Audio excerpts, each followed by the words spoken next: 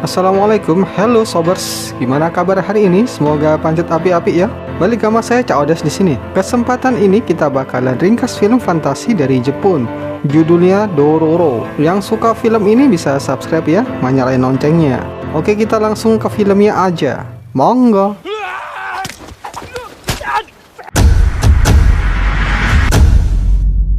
Di awal film kita lihat dua orang yang berjalan di bawah guyuran hujan ke arah kuil. Orang satunya ini terluka parah. Tuh banyak panah di punggungnya tapi masih hidup lagi. Dan satunya seorang biksu di kuil tersebut. Pria yang terluka tadi bernama Daigo Kagemitsu. Penguasa wilayah dikalahkan oleh rivalnya Tanamaya. Di kuil ini Daigo meminta pertolongan dari iblis dan bersekutu dengan 48 iblis. Patungnya tuh ada dalam kuil. Supaya dia bisa menguasai seluruh dunia. Permintaan itu dikabulkan dengan syarat dia harus numbalin tubuh anaknya ke iblis tersebut. Karena ada 48 iblis, maka ya dibagikan 48 bagian tubuh dari anaknya yang masih bayi. Setelah itu dia diberi kekuatan untuk hidup kembali. Kemudian biksu tadi datang dan dibelahlah tubuh biksu tadi oleh Daigo. Di tempat lain dilihatkan peperangan yang terjadi dan banyak korban dari tentara Daigo berwarna hitam yang berjatuhan. Scene berpindah di bar dan seksi dancer zaman Shogun sedang beraksi.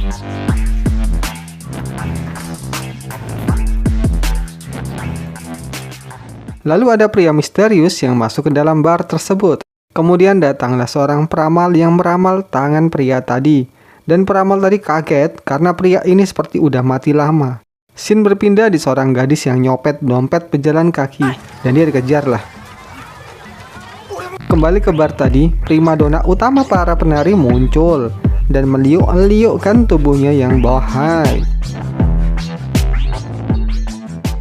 Lanjut, pria misterius tadi langsung maju ke arah penari bertopeng itu dan membelah topengnya. Ternyata penari ini adalah iblis sob, kayak kolomonggo gitu bentuknya. Pertarungan pun terjadi. Ada di scene pria ini tertusuk oleh senjata kolomonggo itu, tapi ternyata lukanya bisa balik sembuh lagi. Udah kayak rawa rontek nih ilmunya. Next, gadis pencopet tadi masuk bersama orang yang ngejar. Dia terkejut karena melihat monster. Dan pria misterius itu tadi berhasil membunuh kolomonggo itu. Si gadis dan orang yang ngejar ketakutan melihat bentuk dari pria misterius yang bernama Hyakimaru ini. Karena dia berganti kaki dan kaki lamanya menjadi debu. Dan Hyakimaru bertanya ke gadis tadi tentang penampilannya. Sontak gadis dan pencopet tadi langsung lari keluar. Scene berlanjut di luar. Hyakimaru disapa oleh pengamen tua dan kayaknya pengamen ini tahu banyak tentang Hyakimaru. Hyakimaru bilang sama orang itu kalau dia masih pinjam tangan yang sebelah kanannya. Kemudian dia berlalu gitu aja. Gadis pencopet yang penasaran ngikutin Hyaki. Lalu gadis ini ketemu sama pengamen tua tadi. Dan nanya sama pengamen tua tadi siapa orang misterius itu. Lalu pengamen tua itu menceritakan kisahnya. Pada suatu hari, 20 tahun yang lalu ada penyihir yang mau menyempurnakan mantranya. Dan dia lagi nyari-nyari rumput. Tiba-tiba dia melihat ada bak kayu yang ngambang di atas sungai. Penyihir itu ngambil dan membuka kainnya. Ternyata ada bayi yang anggota badannya nggak lengkap. Karena kasihan, penyihir tadi membawa bayi tersebut ke rumahnya dan diasuh, diberi makan. Next, penyihir itu ngumpulin bagian tubuh anak-anak kecil korban perang dan buat ramuan yang hasilnya jadi cairan dan bentuklah jadi jantung buatan. Lalu dipasangkan ke bayi tadi. Satu persatu anggota tubuhnya dicarikan dan dipasangkan oleh penyihir tadi. Lalu dia dihidupkan seperti film-film Frankenstein gitu. Next, datanglah pengembara yang tidak lain adalah pengamen tua tadi untuk minta makanan ke rumah penyihir tersebut. Ketika masuk, mereka ngobrolin tentang bayi itu. Dan kemudian pengamen itu membuka gitarnya, ternyata di dalamnya ada pedang dari mantan pembunuh samurai terkenal. Dan minta pedang itu untuk dipasangkan ke lengan kiri bayi itu. Pengamen tua tadi lalu pergi. Next, waktu berlalu dan bayi tadi sudah beranjak jadi anak kecil. Anak ini dinamakan Hyakimaru dan diajarin ngomong serta ilmu berpedang oleh penyihir tadi. Waktu berlalu, Hyaki sudah besar. Dia melihat ayahnya yang terkapar karena sakit di rumahnya. Ketika mau ditolong, ayahnya malah minta kalau semua peralatan dan rumah itu harus dibakar bersama dirinya. Karena akan bahaya kalau sampai ditemuin sama Tuan Daigo. Next scene, rumah tadi udah habis terbakar. dan Hyakki mendengar suara kalau dia harus ngebunuh 48 iblis kalau mau bagian tubuh aslinya kembali. Nah, karena itu sob, Hyakki terus membunuh iblis yang udah ngambil bagian tubuhnya. Scene berlanjut di mana gadis pencopet tadi tertegun mendengar cerita dari pengamen tua itu. Keesokannya dia pergi mengikuti Hyakimaru karena cewek ini punya dendam juga sama Lord Daigo. Dan gadis ini bertanya nama dari Hyakki dan dijawab dia punya banyak nama, salah satunya Dororo. Dan ternyata gadis ini dari kecil juga nggak punya nama. Hyakki namain gadis itu dengan namanya yang lain yaitu Dororo, artinya monster anak kecil.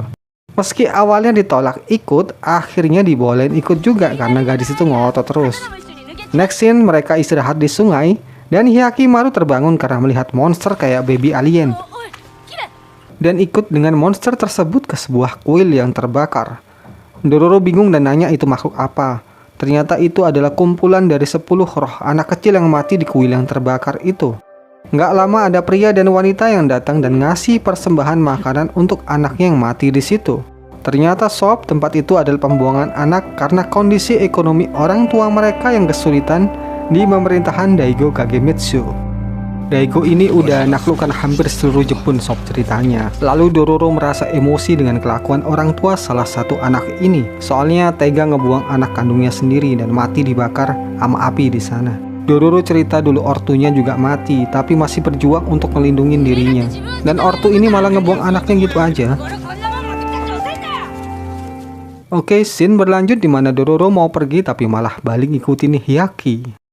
Kemudian mereka bertemu dengan seseorang yang minta mereka untuk tinggal dan istirahat di kediamannya. Tawaran pun diterima. Next, di rumah orang itu mereka disambut sama keluarganya. Anaknya banyak banget sob, kembar semua lagi. Lalu mereka minum dan makan dan orang tadi bercerita kalau kuil tadi terbakar karena ada petir yang nyambar, akhirnya ya kebakar. Scene berlanjut ketika mereka sedang mau tidur. Di lain tempat anak-anak kembar tadi ngobrolin rencana mau makan mereka.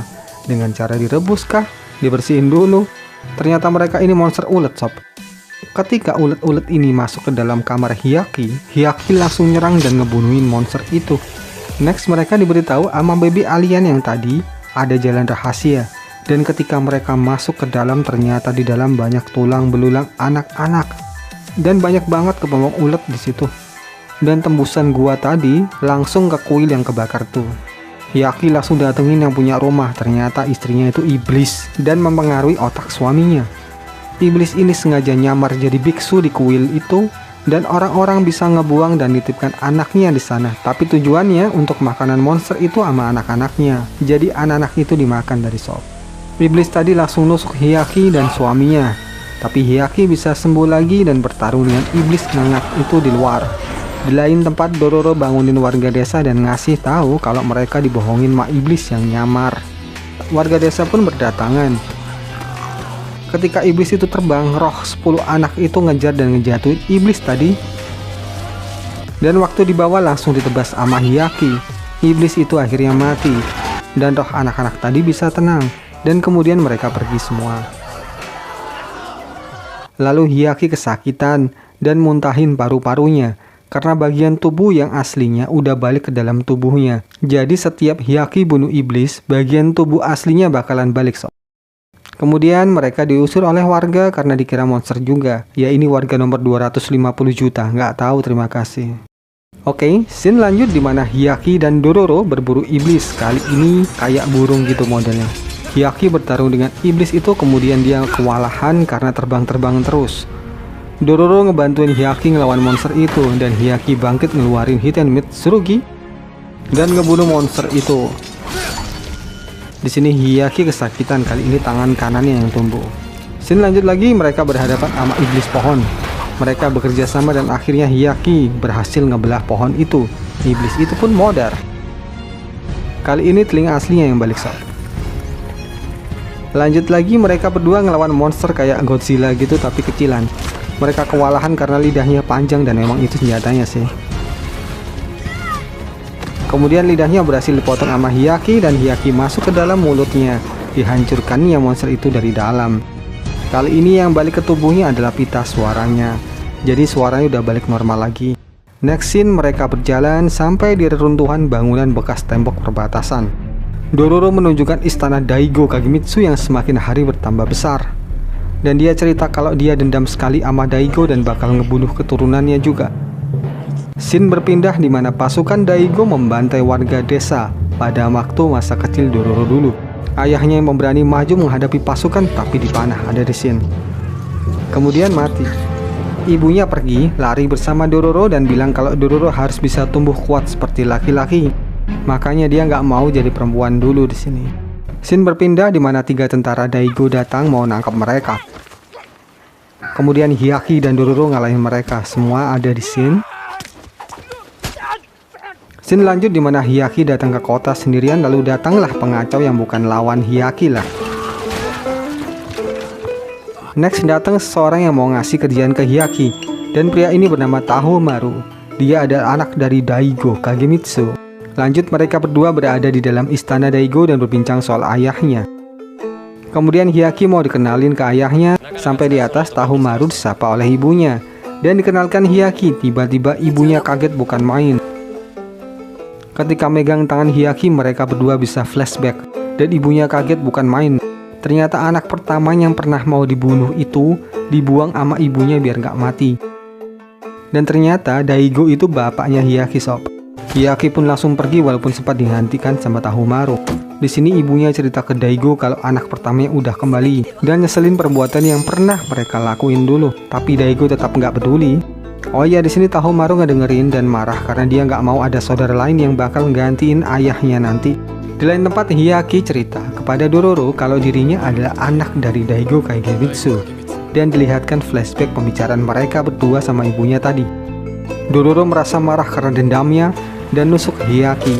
Iya, tapi Hyakki nggak mati lah, dia sembuh lagi. Tiba-tiba pengamen tua tadi muncul lagi dan ngasih tahu ke Dororo apa dendam itu emang harus dibalas. Lalu sampai kapan bisa terbalas? Dan dia bercerita lainnya. Malamnya Hyakki datangi 2 iblis kayak anjing. Hyakki bertempur melawan iblis itu. Ketika Hyakki jatuh, iblis itu menghasut kalau dia itu anak buangan dah, orang tuanya nggak bakal terima dia lagi, gitulah. Namanya iblis dimana aja suka ngehasut. Kalau orang suka ngehasut ya kayak gini nying. Next, Hyakki berhasil ngalahin 2 iblis itu.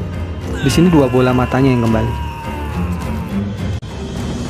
Kemudian Dororo datang dan dia bilang kalau dia udah ngelupain dendamnya.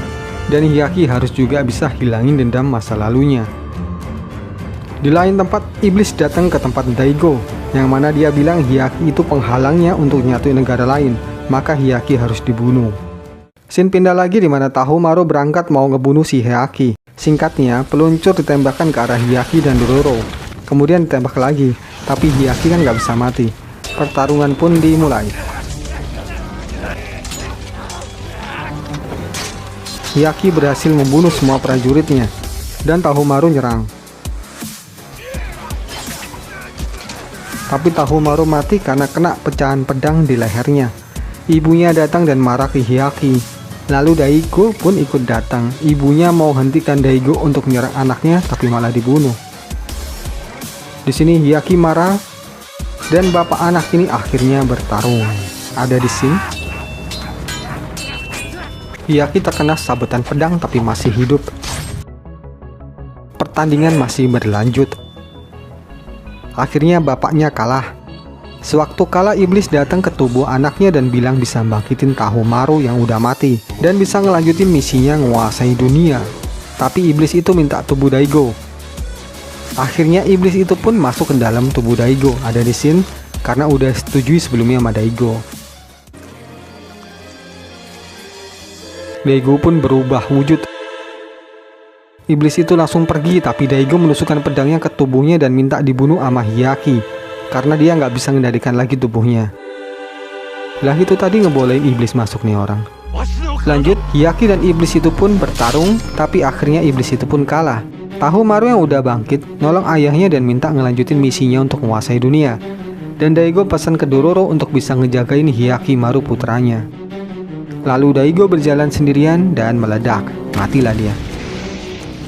Di sini jantung yang asli dari Hyakki kembali, tapi dia masih bisa ngerasain sakit hatinya yang dulu. Next scene, Tahomaru dan Hyakki ada di istana. Di sini Tahomaru bilang bahwa yang harus jadi penguasa berikutnya adalah Hyakki. Tapi Hyakki bilang kalau dia masih harus ngebunuh 24 iblis lagi. Tahomaru akhirnya nyerahin pedang kebesaran penguasa dan janji bakalan nungguin kakaknya datang kembali dan jadi raja yang sesungguhnya. Di lain tempat, pengamen tua dan Dororo berpisah karena mereka ada tujuan satu dan yang lainnya. Scene berlanjut di mana Dororo berjalan sendiri di runtuhan perbatasan dan disapa oleh Hyakki karena udah nunggu lama. Di sini Dororo nangis karena Hyakki masih kembali jalan sama Dororo. Dan Dororo juga bilang kalau dia masih belum mau untuk jadi wanita lagi. Kemudian mereka pun melanjutkan perjalanannya dan sampailah mereka di pinggir laut. Dan film pun berakhir. Oke sobers, itu tadi ringkas film dari Dororo. Makasih. Semoga kalian terhibur dengan film ini. Terus dukung channel ini ya untuk update film lainnya. See you soon dan assalamualaikum.